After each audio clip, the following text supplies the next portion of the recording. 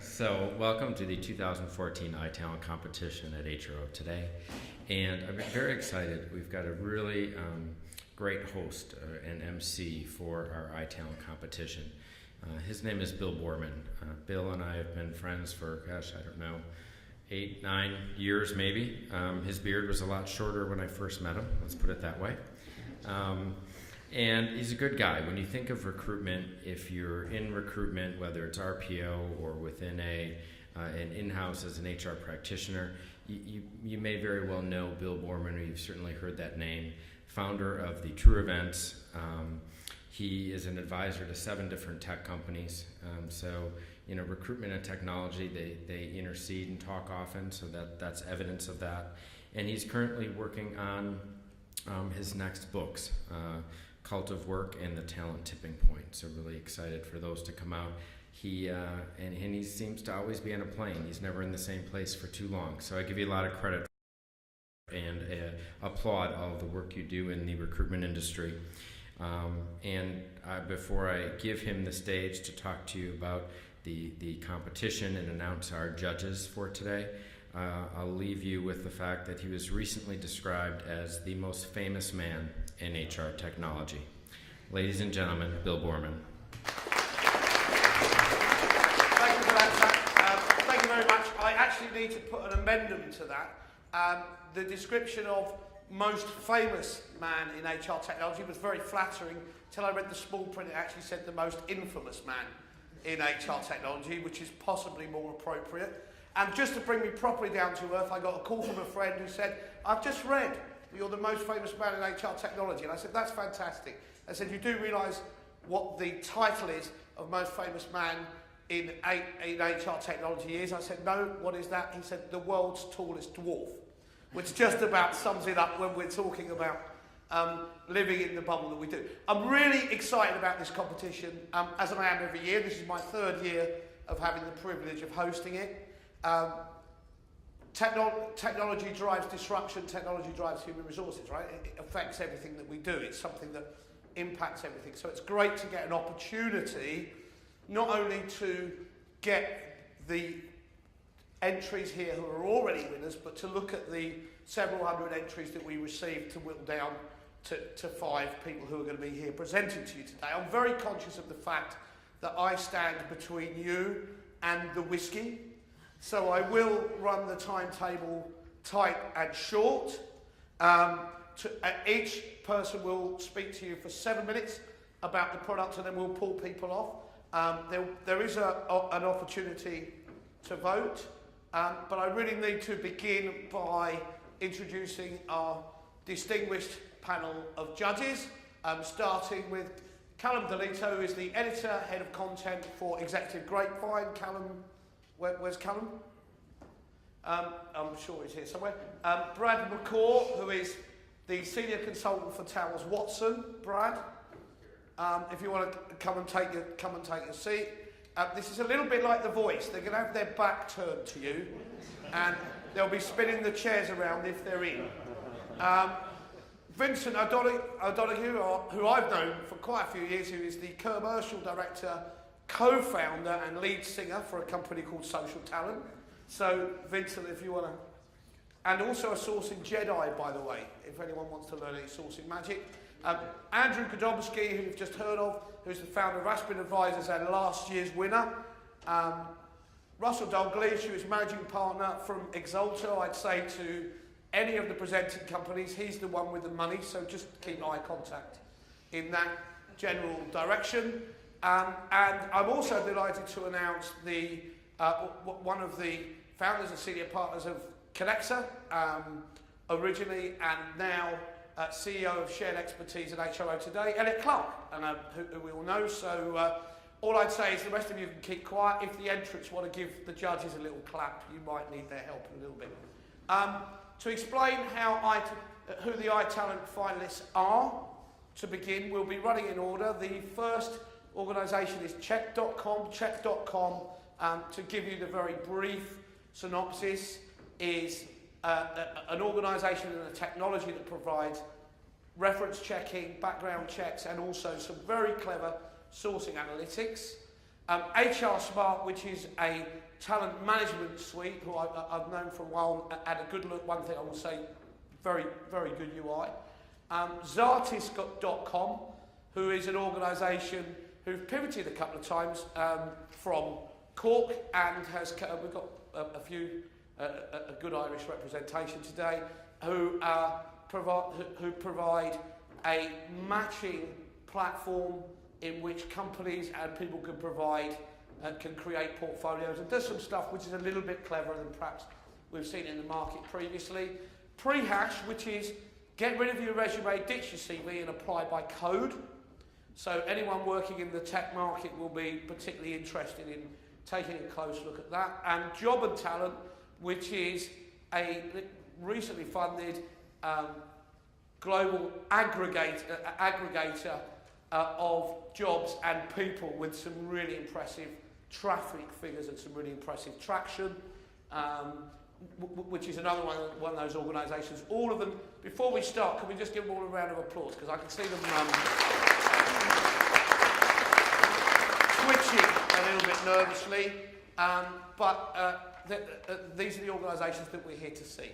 Now, the judges will vote and will announce a winner at the end. The judges will show you their scores over their head, but you can actually vote when you're prompted for your iTalent finalist favourite. So if you want to follow using whatever scoring, whether it's gut feel, best looking, whatever term you want to use to actually judge who you vote for, you can vote when prompted for your iTalent finalist of who you think should win.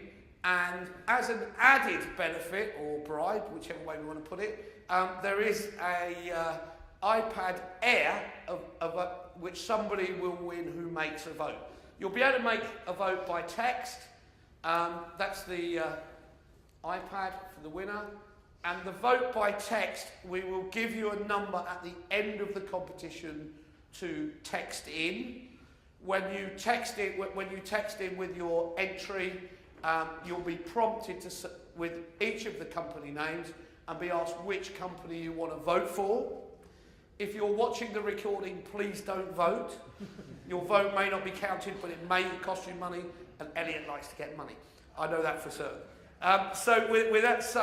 Without further ado, let's get on to the main business. I'm bored of me now, so no doubt you are. So let's get on with the main business of actually looking at the companies that we're here to see. And I'm delighted to introduce Check.com, who will have 7 minutes to speak. From when they hit the stage, I'll start the clock. I will be getting a hook out to pull people off. So we're getting ready to start the countdown. If you just want to give a quick round of applause to Check as some encouragement, because being first is always difficult, and away we go. You start the clock when you have the clicker. I can start the clock when you have the clicker. By all means.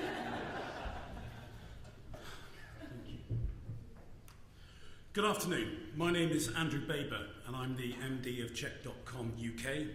This is my colleague, George Ehinger, who is Check's VP of Marketing and Partnerships.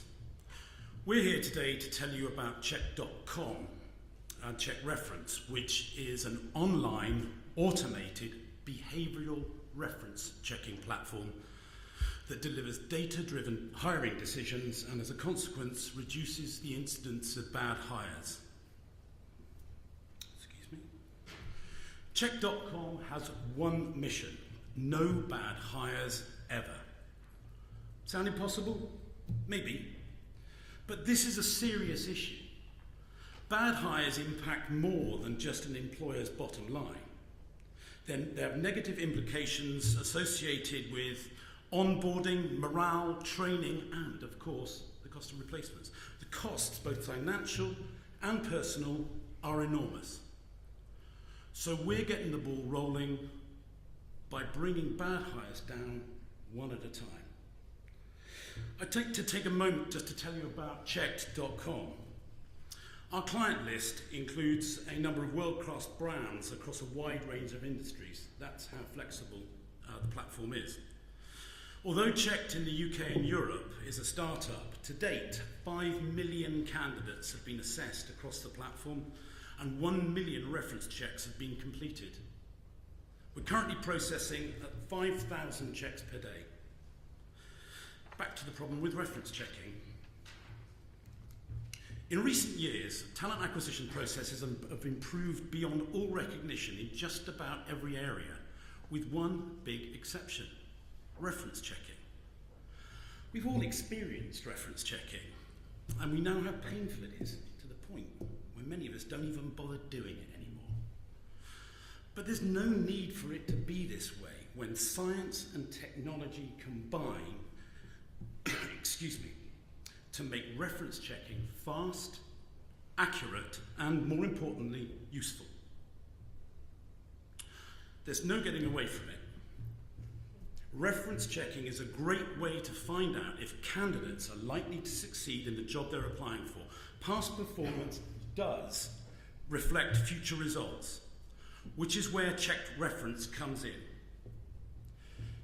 Mobile enabled, anonymous, and run by the candidate, which saves recruiters hours and hours and hours of time, checked reference does three things. It automates the process of checking personal references. It uses job-specific behavioural science to predict the likelihood a candidate will succeed in the job that they're applying for. And it helps build our clients' talent communities. George will explain more. Thank you, Andrew. As Andrew pointed out, checked reference makes reference checking relevant again in three critical ways. We're going to take a look at all three. The automation portion starts with email. The recruiter invites the candidate into the checked system with a system-generated email. It takes the recruiter less than a minute, and then their job is completely done. He or she just sits back and waits for the reference report to be generated. The candidate then takes over in the slide that you're looking at. He or she adds his references to checked, and again, a system-generated email invites the referees to complete a survey about the candidate.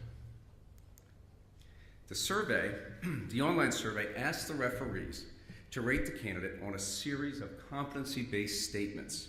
It can be completed on a mobile device, tablet, or laptop in under 5 minutes. And the simplicity and convenience that you're seeing here on the referee side is what drives an 80% completion rate of all invited referees in 48 hours or less. When the referees have completed their surveys, a report is automatically generated. So that's it. Results 1, 2, 3.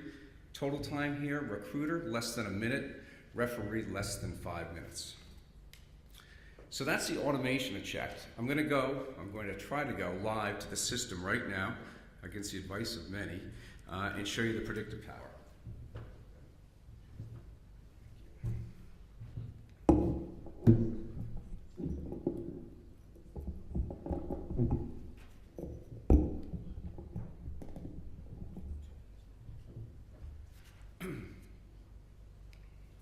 All checked reports. Oh, we're not online yet. I hope I'll get an extra 30 seconds for that transition. All checked reports score candidates on a series of 1 to 5 checks, 5 being the best, 1 being the worst. The overall score is a roll-up of competencies. You can actually see the report down here. We're not quite into the live system yet. And the competencies are specific to the position, so they're not subjective opinions based on open-ended questions. They're quantitative results of multiple referees' observations about the candidates in past work environments. Are we going to be able to get to live? Can you switch it back to the PowerPoint then, or just unhide the next slide? What you're looking at here is actually a candidate report of George Costanza, who was applying to be a latex salesman at Vandelay Industries. And you can see that there's a series of competencies that are specific to the latex salesman position: adaptability, acting with integrity, dependability, etc.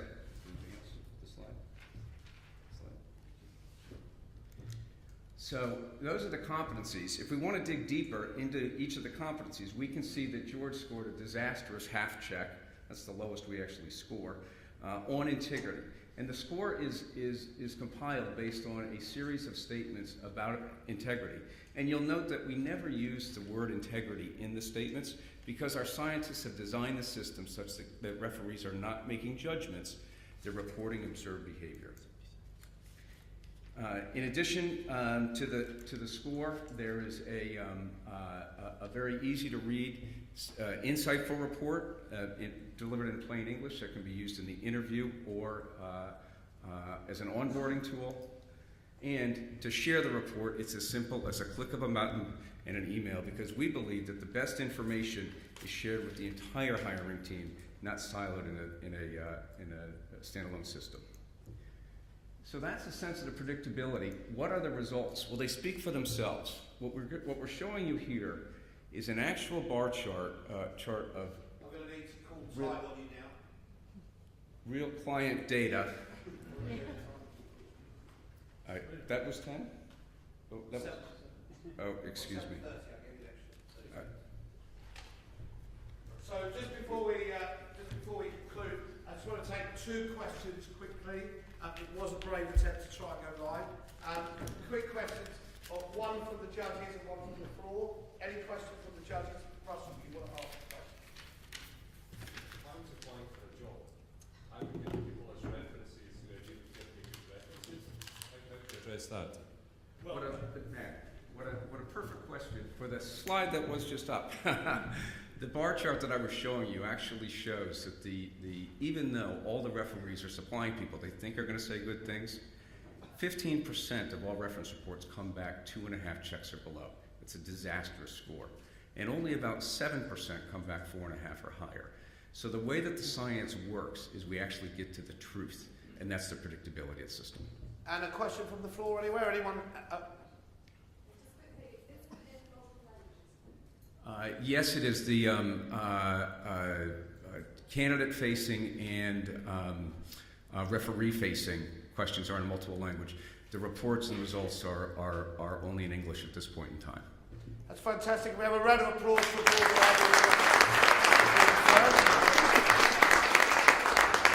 and we'll just give the judges a moment to collate their scores as we get ready.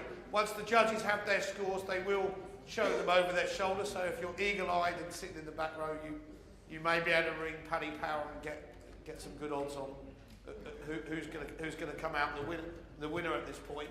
But as a product, I think it's really interesting looking at where the reference process sits. Historically, it's always been something that has been an admin process as a final decision. It's great to see a company action and technology putting it at the front end from an assessment point of view, and also thinking about referencing from sourcing and prediction. So check.com, I know the business presence, I wish you well. So scores, do we have scores on the doors, judges? If you just want to hold those up, and we will move on to our next entry, which is HRSmart. So Elise, if you want to make your way up to the stage just while you're ready to move on. If we want to give a round of applause to Elise, just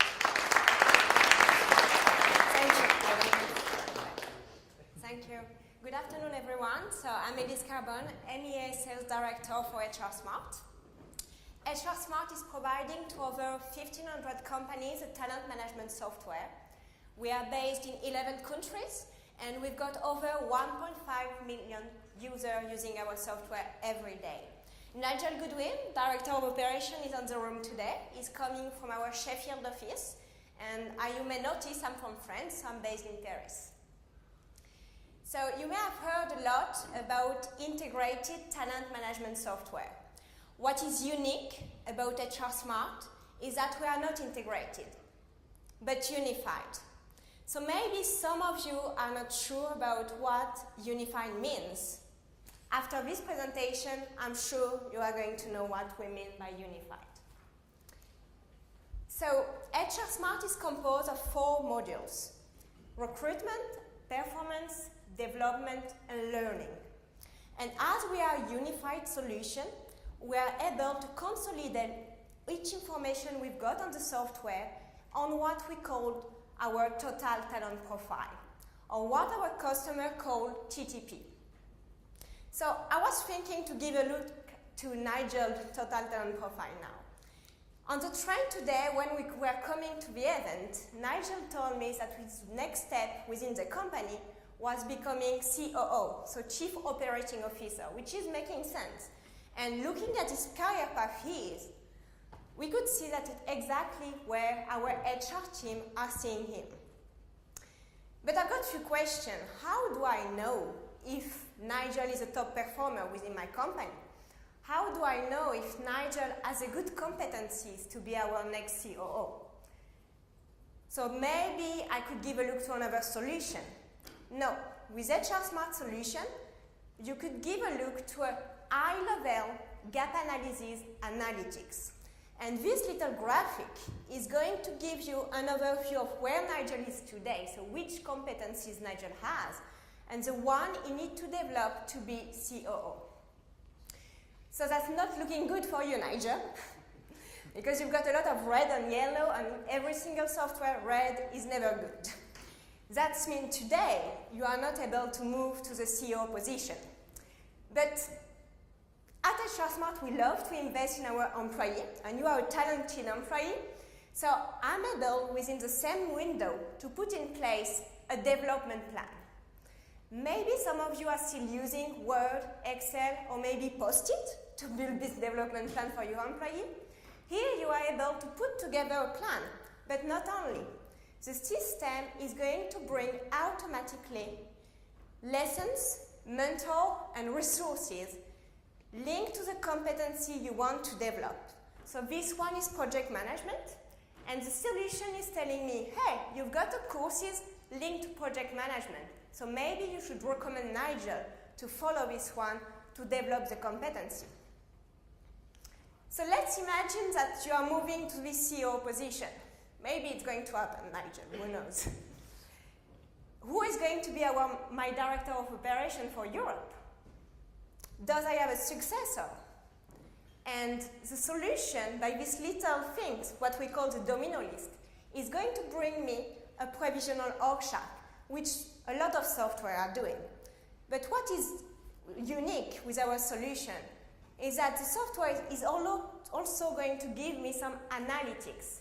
So it's going to tell me which one of these two, Lucy and Lorenzo, is the best candidate by bringing me the potential of the applicant and also the risk of loss of my employee. So looking at this, Lucy is the best person to be our next director of operation because she's got a high potential and a high risk of loss. So what I could do now, just picking Lucy and moving forward? No, I could deep dive in her total talent profile and have all the information I've got about Lucy. Competencies, job history within my company, information about projects she was involved in, succession plan she's in, but not only. Because Lucy, before joining HRSmart, she was also an applicant. So very quickly, I could retrieve her application and have information about what she did before joining the company, which could be useful for me to think about about moving to his next position. So this is how HRSmart solution is unique. It's helping companies to avoid some blind spots they could have when they are using multiple solutions, data inconsistency, it's saving time and giving a unique interface to manage talents, but also all your employees. And we are seeing our total talent profile as a key to a successful talent management strategy for any HR company. Thank you very much.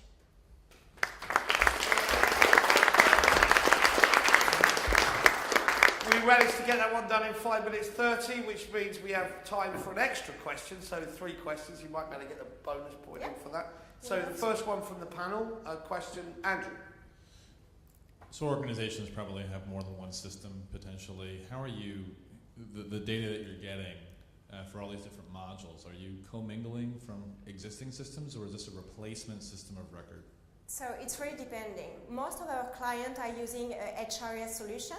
It's where we get the core data, so the employee list, and then we are able to manage all the talent management, so applicant tracking solution and what we call post-hire solution.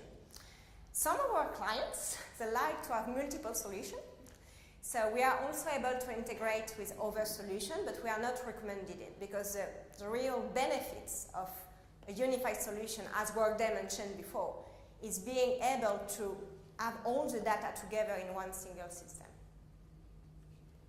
Okay, and the next question, any question from the floor for HRSmart? Yes. What's the system for keeping the competencies up to date? So it looks like you've got a real-time competency tracker. Is that done for performance reviews, or is there what's the source of keeping that accurate? So absolutely, it could come from the performance review, but it could come also for a competency review. For example, after 5 years within the company, you could decide to assess the competency of your employee. And it could come from also the training the employee did.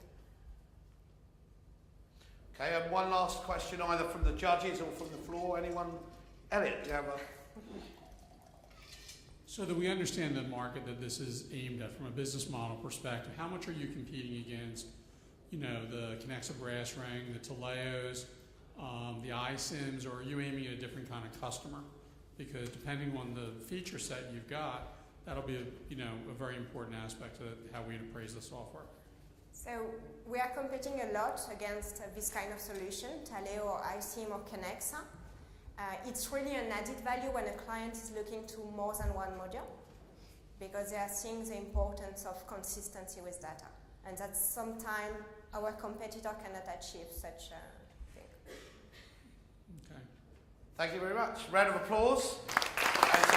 Now, we're ready next for Clive from JobandTalent.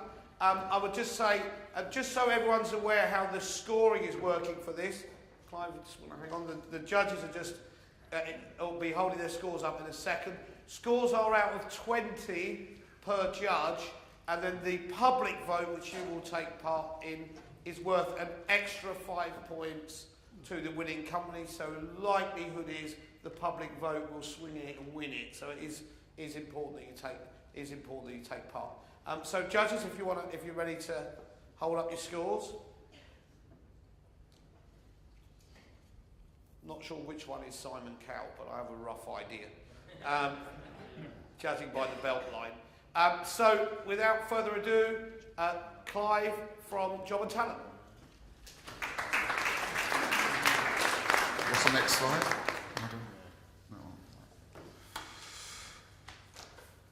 All right, good afternoon, ladies and gentlemen. Thanks for all your time today. I just want to start off by thanking HRO Today Europe for putting on a great event. It's fantastic to be here. And also speak on behalf of the whole company. We are really proud to be nominated as finalists, and it shows what a long way we've come in such a short space of time. So I'm going to try and ignore the iPad and do this myself. So the job market, it moves in the wrong way. I'm going to explain why JobandTalent originated. So our two co-founders were themselves looking for jobs but kept missing out on key opportunities because they're already in employment. It's extremely time consuming to look for a job, and people just don't have the time if they're in employment to look for that job. We feel personally it should be the other way around. And what I mean by that is we would like corporate companies to be able to push jobs to candidates without the candidates having to search for that. Obviously we have recruitment consultancies, a more traditional method, but that can be time consuming and also cost consuming as well for the company. So we like to think that we're able to do that, and that we're helping change the market to that way. The way that we do it is quite simple. I say quite simple. I've been here for 3 years and I'm still getting it, but the user uploads his profile. So the CV is uploaded via desktop or mobile device. From there, our matching algorithm looks into all of the current job openings that we have on our website and matches the job to that candidate. We then notify the candidate in 3 ways. Desktop notification. So a candidate logs in and they're presented with a dashboard. Instead of it being a more traditional job board where they're having to search for jobs, all of their relevant opportunities appear there. email notification. Instead of bombarding candidates with daily updates, we send one email a week with this week's top jobs for that candidate. And probably most innovatively for us, mobile notification.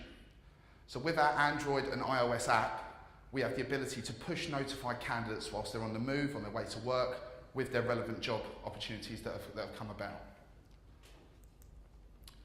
Our secret recipe, our algorithm. So we work with a semantic algorithm that has the ability to use big data and various other different ways in pitching the right job to the candidate.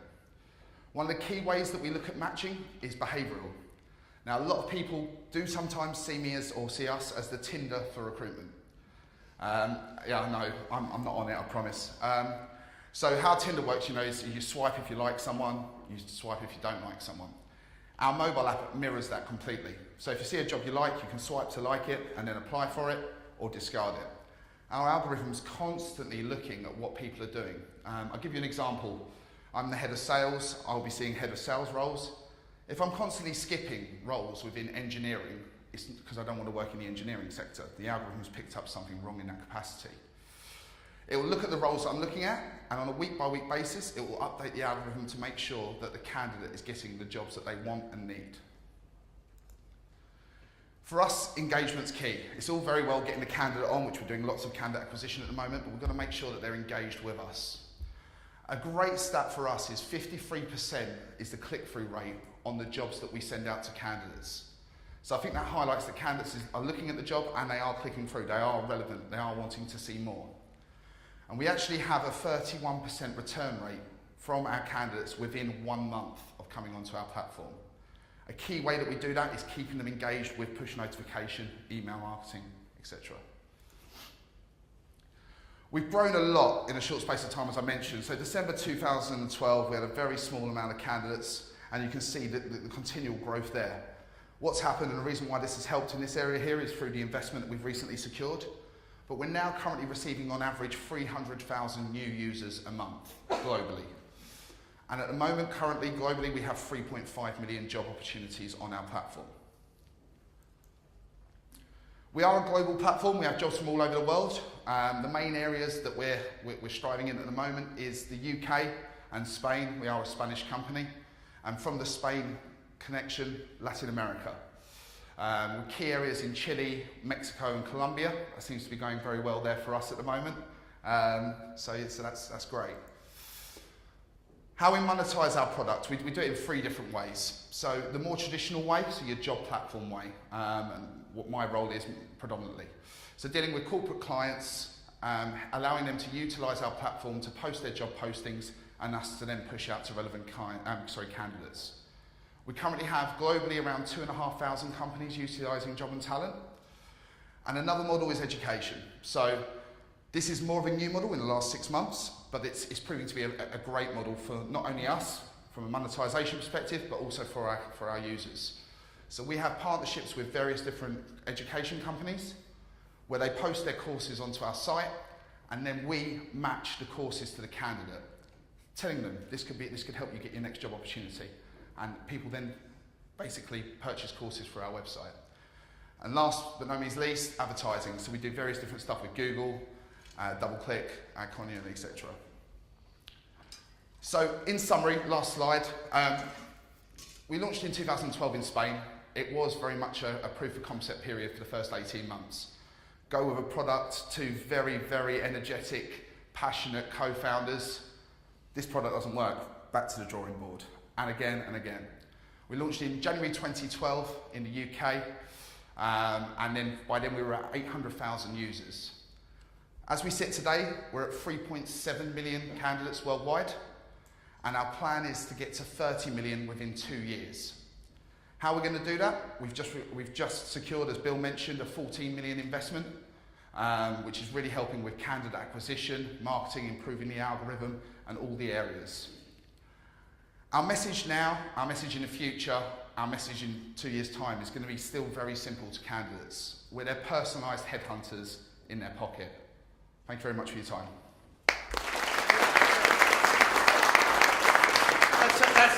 That's excellent, Clive. Thanks for those impressive growth figures. Before we get into that, I have time for 3 questions. One's fine. We finished 40 seconds early, so from the panel, a question? How many people have actually found a job through your website? It's a great question. It's not something, if I gave to you now, I'd be lying to you. We speak to candidates on a regular basis, so we do regular surveys. We did a survey Q1 of this year. The actual figures I'm more than happy to send over to you, but I wouldn't know off the top of my head now. But it's very much like a job board, so. So LinkedIn do this to an extent, and I guess with their acquisition of Bright are probably going to do it more in the future. How do you see yourselves competing with the might of LinkedIn when they ramp up? Yeah, really good question. So yeah, thanks for that. From a passionate perspective, we're going to be bigger than LinkedIn in 2 years' time. That's my passion, that's what I think. But you know, I agree with what you're saying.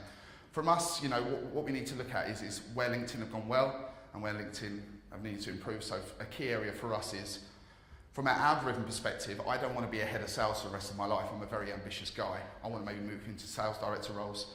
And that's where there's been a bit of an issue with the algorithm from other job platform sites. So we just see ourselves, we've got our targets. We want to be at 30 million in 2 years' time. If LinkedIn and other companies are going to come along and do similar things to us, then so be it. But we believe we're on the right track. Okay, excellent. And one question from the floor. I might be able to take a quick one from you, Andrew. From the floor. Yeah, I was just going to ask, given that you started in Spain, given Spain is very difficult labour market for anybody, how did that work out? Yeah, so it was, you know, I'm now actually based out in Spain, so I'm seeing more and more on a day-to-day basis what it's like. I think the key thing for Spain and where we actually found out to be quite okay is InfoJobs is still the #1 in Spain. We're #2 for, say, a job platform perspective. Where we're matching the jobs to candidates instead of it being a more traditional search and post, the application rates of Spain are so huge because the unemployment rate is massive. Where we're pushing relevant jobs to the relevant candidates and the relevant candidates are applying, I know lots of companies, especially with the banking and finance and law sector, we're seeing a lot more quicker time to hire, therefore saving money because we were pushing the right candidates to them. And a 30-second question, Andrew. Just your click-through rate, you said at 53%, was that for the individual jobs that they're getting positioned on, or was that the digest with all of them at all? No, that was the individual jobs, so it's 53% of the jobs that we send the click-through. Now, interestingly, nearly half of that is through mobile device as well. Now, yeah, of course, you say, of course, you know, but still, especially from a UK perspective, people are still very much backwards about mobile, really. You know, I sleep with my mobile phone, I love my mobile phone. It's very important to people in the day-to-day life, and you know, we like to see ourselves now as a mobile company with a website, not a website with a mobile company, which is how we started. That's great, thank you, Clive. Thank you very much. Round of applause for Clive. I can see the judges are just preparing the scores, so as you're writing them out, if you want to hold up your score, and I'll just remind you again to remember which of the companies you want to vote for in the public votes. Next up we have Prehash, which is applied by code and a couple of other things, and Gemma Cooney. Not Clooney, as it says in the programme. Bill. I stole that one.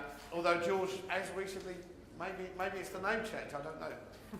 George has recently acquired it. So without further ado, is Gemma from Prehash. Thank you, Bill.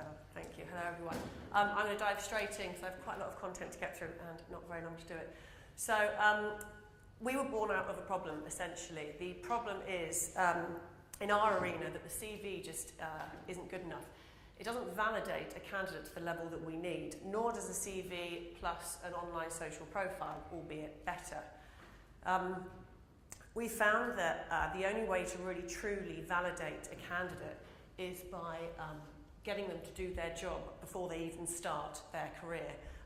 Sort of how is that possible? There's so much candidate-generated data out there in the market now, way more than there's ever been, which is good. But what there isn't enough of is job performance data, and this is what we wanted to solve. So within the IT sector at least, and within the developer community within the IT sector, this is what Prehash set out to do. We're a candidate assessment platform, and we use a real-life coding environment to evaluate not only a candidate's competence, but also their approach to solving business-specific problems. We replace the need for applying for a role with a CV within this space allowing candidates to showcase their on-the-job skills, and IT hiring managers to recruit the best in class. So I'm just going to talk a little bit about through our hiring process. We fit into a company's hiring process at any stage. We're very flexible in that you can pop us in at the point of job application, right through to before or after a telephone interview, or even use us for framing interview questions for the face-to-face. This is our hiring process. A company, a recruiter comes to us, they create a test, they publish and share it, review the performance, contact the best candidates, and ultimately interview and hire. So let's look at those processes a little bit more. So firstly, creating a test.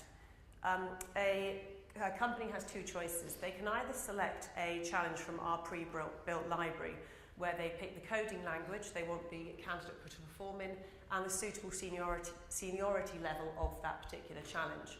Or, and this is where we feel the magic happens, they work closely with us and they build a business-specific challenge, which can replicate exactly what that candidate will do in their job on day one. And this is where it gives the company a real opportunity to see what that candidate can do, their approach, their skill sets, their on-the-job skills. Once they've actually selected which type of test they want to do, it's then the option to publish and share it out to their community or their candidate pool. We share with them a unique link to their challenge that they then promote out. They can add it in a job posting, put it onto their career page. We will also promote it on our homepage, give a company profile, a little bit more information about the challenge itself, which all ultimately leads to the coding challenge and the coding environment, which is here. The candidate enters their ID and basically are presented with a brief, and away they go. Now, what's interesting about this and very important about this is the candidate remains in incognito mode until they submit their application. After all, it is a two-way street. Yes, that candidate has to be right for the organisation, but that company has to be right for the candidate as well. That bit's forgotten about sometimes, and especially in the dev environment, these guys really can be selective where they are best of class.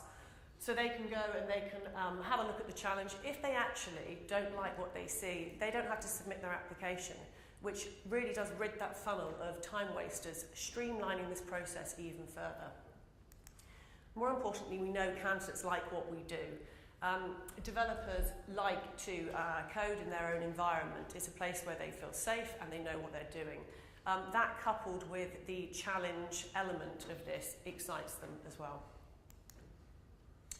So once the candidates have taken the test, it's then up to the recruiter to come online, log into their dashboard with Prehash and review performance. They can look at the top line stats, and then they can drill down to the actual successes and the people who've passed or failed the particular challenges. What's crucial here is that it puts the power in the hand of the non-technical hiring manager. Normally within this space, it has to be passed from one HR manager over to the CTO, to the lead engineer, because they don't have that technical ability to assess. With this, we have a very clear black and white pass-fail metric for every single one of our tests. And that gives the recruiter the power to be able to say, yes, I will push this candidate through the funnel, or no, I won't. We give a detailed candidate report, which you can see over there, which details every single line of code that they've written, along with the amount of time it took them to succeed in passing the test, but also how long they took to review the overall code as well. We're only in phase one of this. We've got a lot more work to do on this report. We want to look at code quality, code approach, and we'd also are working on an intuitive leaderboard as well. So the next part of the process, after they've identified the successful candidates and picked the ones they want to interview, ultimately they hire. So does it work? Well, don't just take my word for it. This is one of the clients that have used us, Droplet, who are a mobile commerce platform. They wanted to attract a Ruby developer. They wanted to use Prehash to help drive new applications, streamline their process, and generate more qualified applications. Yes, we did help them. We attracted different candidates to the company that probably would never have found them before. Of the 250 candidates attracted, 23 were successful, meaning the Droplet only had to sift through the quality candidates to find the right one, of which they did. They hired their Ruby developer with us. So what makes us unique? We have competitors, of course we do. other than being the only UK-based platform of our kind and having a deep knowledge of the industry in this country, we also offer a versatile coding environment, which is what I showed you earlier, which is adaptable between different coding languages and unique scenarios. We have the Prehash index, which is the bit I mentioned about that is our constant evolution, which offers predictive analytics to enable ranking of candidates. We have a level of customization that is much deeper than our competitors, and this is the bit we really pride ourselves on. We work very closely with companies to allow them to create challenges that really meet their business needs so that they can test that on the job skill. And finally, we have a white label offering. So any company we will give Prehash to on a plate, essentially, so they can have their own technical dedicated platform. So from day one, engaging with candidates right from the very first entry point and showing that they are committed to their technical talent. So what's next? What's the future for Prehash? I'm talking about the future, and I've only been with the business 3 months. Well, I think for the market, we all know, I'm not saying anything that no one isn't aware of, that the job board market is changing and evolving, and there is an increase in the passive sourcing of candidates. We truly believe that job performance data will replace the profile of the CV as the entry point into the hiring life cycle. And it's more important now than ever that hiring managers are streamlining their processes. As it says here on the slide, it is just the beginning for us. Okay, which brings us to a point of close at 7. And I know I can see we've got some questions already from the panel. We've got time for 3 questions. So, Elliot? All right, so thank you for the presentation. You're right, you do have competitors. I mean, going back as far as 10 years ago, you had skills-based assessment, pre-hire skills-based assessments from the IBM Prove It line, from Quiz, from BrainBench. I can keep going. Why are you unique? Because everything you had on that slide, they all claim they can do. So why is Prehash a better choice? And they all have, by the way, tests on coding for software. Okay, and next question. Bill, so to what extent is there a drop-off rate as a result of this? These guys are in high demand, and introducing effectively a long application form is going to have a drop-off rate. I think you had a stat there of 250 and then 23 results. Is that a kind of 90% drop-off rate? Yeah, as I was going to say with Droplet, you saw there from 250 down to 23. We don't have a huge pool that we can draw the data from yet to look at, but that drop-off for me isn't a negative, because what we want in this space is to streamline the process. We don't want to have to sift through 100 CVs to find the 10 that are good, and then we push through to interview. So actually, the more people that get to the coding challenge and don't fulfill all the different elements and don't succeed, they're actually then wasting essentially their own time, not the hiring managers or the CTOs. Excellent. And one more question. Anything from the floor? No? Anything from the panel? Russell? How do you identify that the same candidate who completed the test is the candidate that comes in for the interview? That is one of the challenges. Oh, sorry, to make sure, yes, there's no. So that is one of the challenges that can happen in this space. You can get candidates who don't take their test. If that happens, I'd like to think that they are caught out at interview stage. It's one of those things, unfortunately, that you've got to put down to a trust in human nature. And where we'd say to all hiring managers, you use that code to interrogate that candidate at point of interview. If they didn't write it, it would become very clear within minutes. Okay. That's excellent. Thank you very much to Prehash. Penultimate entry, and next up we will have Padraig from Zartis. But just while we're getting ready, I can see that the judges working on the scores. So the judges is working on their scores. So do we have some scores on the doors? Okay, so this is the final entry from Zartis. When you're ready to go.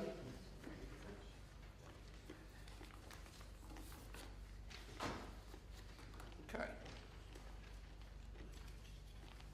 So So we're just completing the final tech, but I think that's one of the things I think we should be impressed with is the range of what we're looking at, everything from the enterprise talent management suite through to applicant testing, referencing, assessment, and really a full range of the market. So I'm starting the clock. Zartis, over to you. Thanks very much. So my name is Padraig Coffey. I'm the managing consultant at Zerdis.com. If jobs and talent are the Tinder, I suppose we're the Match.com. We are a recruitment software and services company based in Cork, and we've been nominated for iTalent for a product we have called HRSmart. It's essentially an employee marketplace allowing candidates and hiring companies to engage directly. So, who we work with, one of the benefits of starting a business in Ireland is that you have some of the biggest and best employer brands on your doorstep. So for business development purposes going forward, when you can reference the fact that you're working with Twitter, Apple and PayPal in your opening line, you're immediately handling a lot of objections. Last week we signed up our first major UK client, one of the world's largest investment banks, and today we confirmed the hiring of our first UK-based employee to ensure that we can serve this client effectively.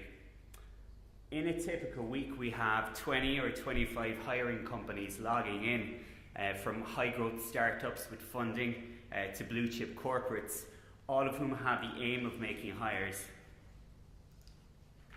So, how it works. As with any marketplace, it needs two sides. On the candidate side, candidates register on our site to create a profile. They can use their LinkedIn profile as a building block. Candidates then receive a call from a member of the Zerdis talent team who have a discussion with them regarding their skills, their motivation, their salary expectations, their notice period. All the good stuff that recruitment agencies typically do. And then we publish the best ones. So where do our candidates come from?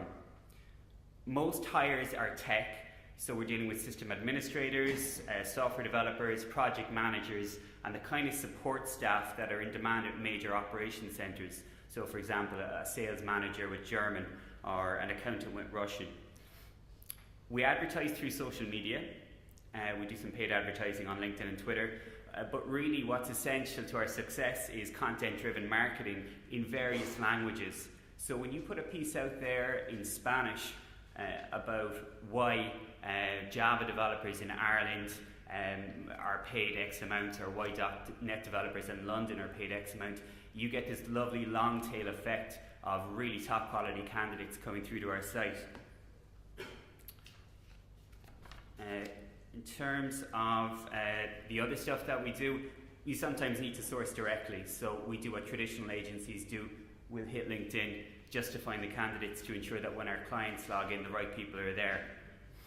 In terms of client acquisition, we do networking events. We use our own personal networks because we're coming either from a recruitment background or a tech company background. Again, content is critical. We're attracting a lot of great people that way.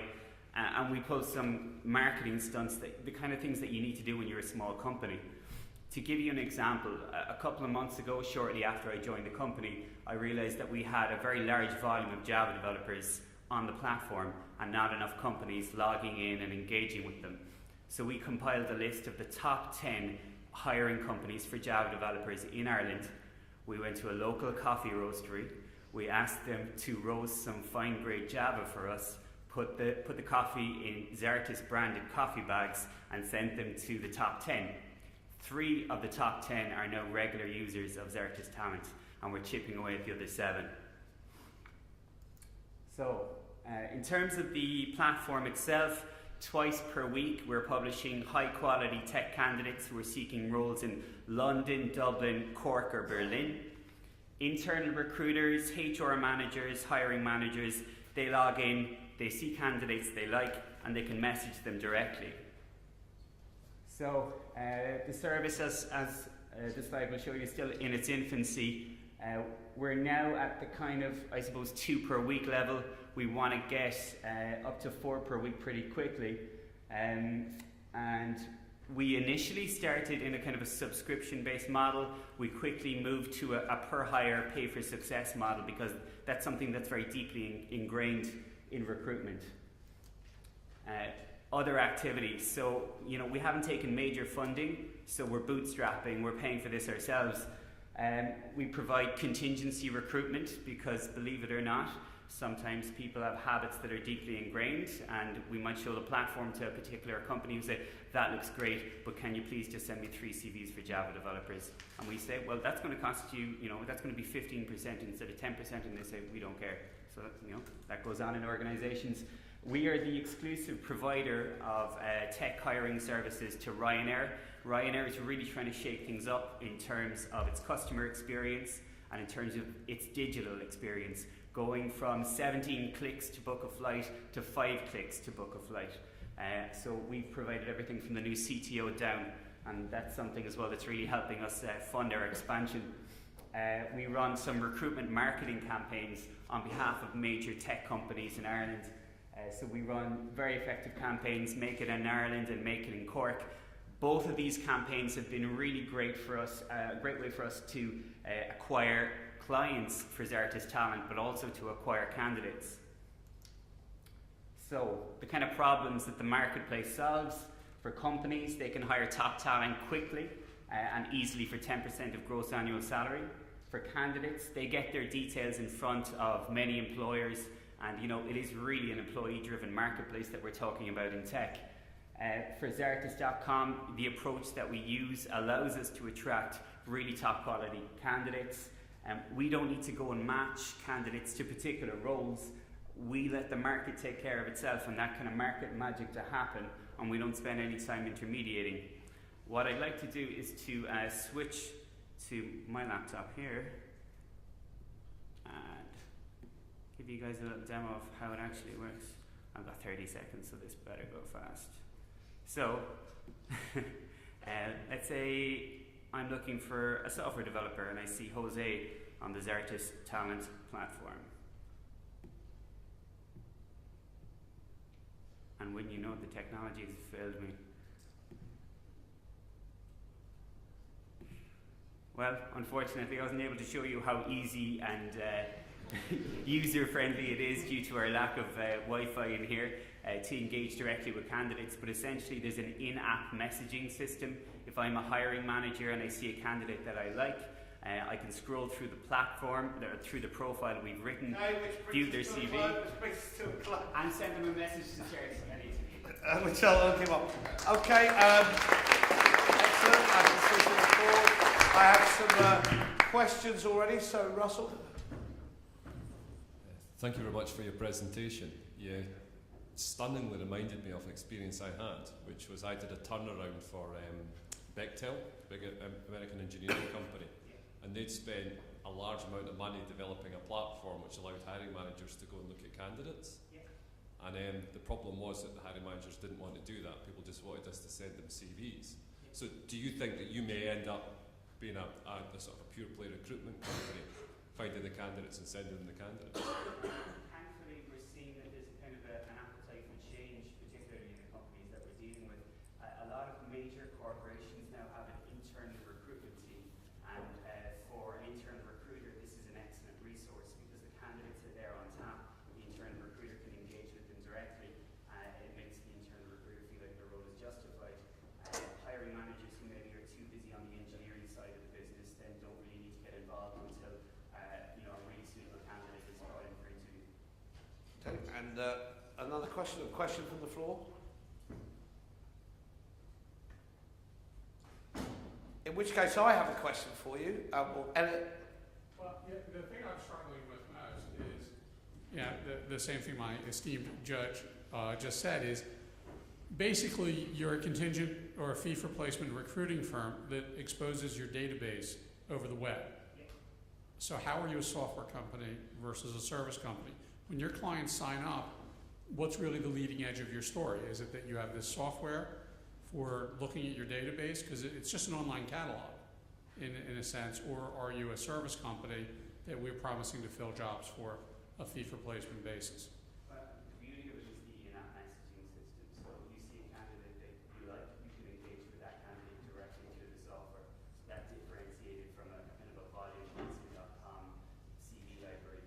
And the candidates that are on the platform have all been effectively pre-screened as well for motivation, for technical skill, for salary expectations, for the locations that they want to work in. So a lot of the work in terms of qualifying candidates has already been done. You can log in as an internal recruiter and see this is David or Juan. He's a Java engineer. He only wants to work in London. He wants 80,000 euros a year. These are the technologies he likes to work with. And you say, this is a great match for our company. There's a pre-scripted message. You can edit it and boom, you start the interview process. Okay, and next question. One more question from anywhere? Okay, which just brings to my question. Hired.com opened in Dublin a week ago at the Web Summit.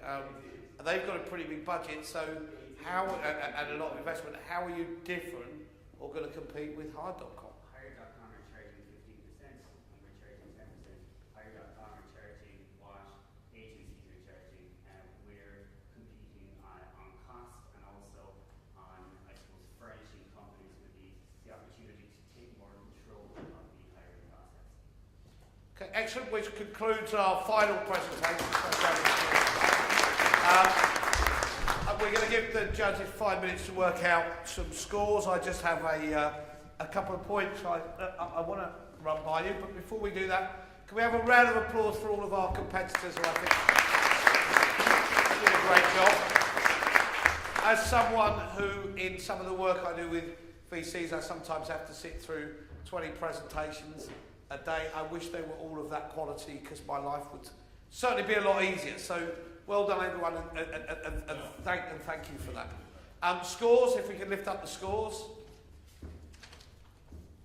Okay, and then if we'll just take a few minutes calculating the scores and we give the audience an opportunity to vote. So the audience score, if you want to get your mobile devices out, if you remember the old days, you used to use your phone for texting. Even before that, you used to use it for talking. If we jump to the texting option, if you want to text iTalent to 81800 from a UK mobile or +44 7937 985 380 from a non-UK mobile. I'll leave that number up. If you want to text, once you've texted through, you'll get a text back, which, so hopefully we'll hear some pinging messages in a minute, which will give you the choice of which of the companies you wish to vote for, and we'll bring in the audience vote. Whilst we're doing that, I've been asked just to share a few thoughts in terms of innovation and technology. And I think when we look at, I'm in the middle of reading a book from some of the work that I do with, which is a book which is by Peter Thiel, which is called Startup Science. And really when we're talking about innovation, one of the things that sums up that really stood out for me is right in the introduction, when we're looking at new technology, is it a naught plus, does it have a total sum of naught in terms of contribution or a total sum of 1? And what the Thiel model is in that is if something already exists, we're building a product which is essentially a faster horse. It may look better, it may move a bit faster, but it's actually contributing nothing new to the ecosystem, apart from looking a bit fancier. If it's doing something which we don't have the technology to do currently, it is a +1. And our mission in innovation, both in terms of practice, product and technology, should be to produce +1s continuously. So how do we do that? How do we work? Because while it's much easier to imitate, our mission should be to innovate in terms of practice and not just be working on producing faster horses. So one of the things you should be thinking about when you're looking at technology now, the first thing I think has the biggest impact is mobility. I don't want to bore you by giving you stats and data on why you should be thinking about mobile. other than to say, if you don't have a mobile strategy, you're an idiot and you should leave the room. You're probably in the wrong conference. There is a very good knitting event over the road or something like that. So we need to be thinking about mobility. What mobility means to me is not technology, it's not numbers, it's how does mobile change the way people work. And that means lots of things like hours, messaging, interruption marketing. The second thing is collaboration. We're looking for technology that's collaborative. That means open API. The days of one technology provider being able to provide everything have gone. Everybody understands that the best suites will provide parts of a good solution, but really we also need to look at startups and other technology for innovation, and we need things that fit together, because as somebody running an HR department or running a recruiting team, I only want to think one technology, I don't want to think 20 providers. So really you need to be looking at collaboration and single data flow. Analytics, you've seen a lot of examples of that. You've heard people talking about big data and little data. There's probably a data figure for how bored you are of that conversation, not just here but in the world in general. But we understand data is key. We still operate in most organisations in the 20th century. We still operate on a basis that we require people to give us information if they want to connect with us, whether that's employees wanting to provide us with information or applicants who are looking to become new employees. We no longer need that because the data is available. So analytics, an understanding of what we're really doing so that we can run business on the basis, how do we get influence in organisations from an HR recruiting point of view? In God we trust, everyone else bring data. Very, very, very, very simple rule to follow, right? So really looking at it from a data point of view. The next thing, which is probably the most important thing for me, UI and navigation. User interface and navigation. From a recruiting point of view, I live in the talent world, we spend our lives talking about candidate experience. But candidate experience is less important than recruiter experience. What's the user experience? Because if the user doesn't understand how the product works, so I'd advise you, if you are thinking of buying any new technology at the minute, in the same way as I look at it when we're trying to build any new technology, give it to a 12-year-old and find out if they can navigate it. If they can do that, you've got a pretty good technology. If they can't find their way around or it doesn't look good, it's not going to get used. So think about user experience and involve the users in that place. Think about product being in permanent beta. Nothing is ever finished. If it's finished, it's old. So the change of the world is that we're continuously building. And as a very last point, think test practice, not best practice. So it looks like the golden envelope has come up on the stage. So I'm going to have the opportunity to announce and champion.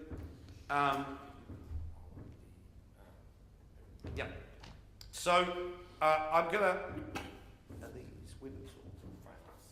If I want to call all the finalists. So first of all, if we could have Check.com up on the stage. Round of applause for Check.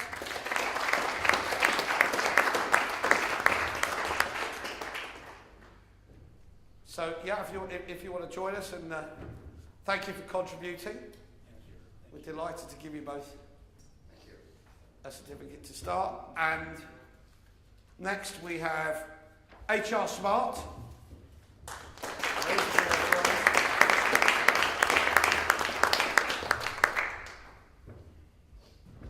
Congratulations. Thank you.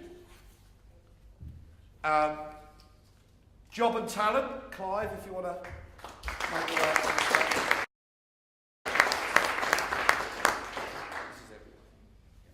So JobandTalent, thank you, Clive.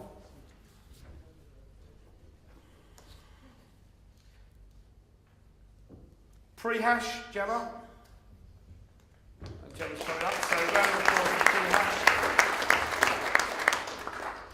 Thank you, Gemma. We need a little more space. And last but not least, Zartis. Congratulations. I just want to give everyone another round of applause. I'll remind you, we have something like 250 entries over the year. So before we even get into winners to be a finalist means these are the pick of the crop in terms of people doing interesting things in our market space. I recommend that you all go away and look at their websites, look at their products, and find the budget to invest a little bit in some new stuff and give it a try. So round of applause for our finalists. And also to the HRO team for all the work in finding the entries and putting everything together. So if we can have a round of applause there. We want to get a picture with... Yeah, well, so Zach's just directing quickly. And then we'll get down to the important bit before the whiskey bottle's first opened.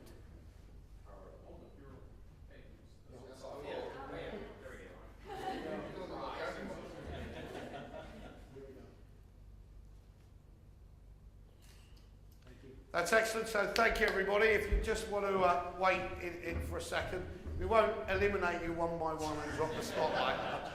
Although I did suggest that, but they thought I was a little bit, instead of which we've got a shark tank to fall through. So without further ado, if we could have a drum roll on the table, I'm going to be delighted to announce the winner, this year's winner of the 2014 iTalent winner is based on a vote by both the voting audience and the judges, check.com.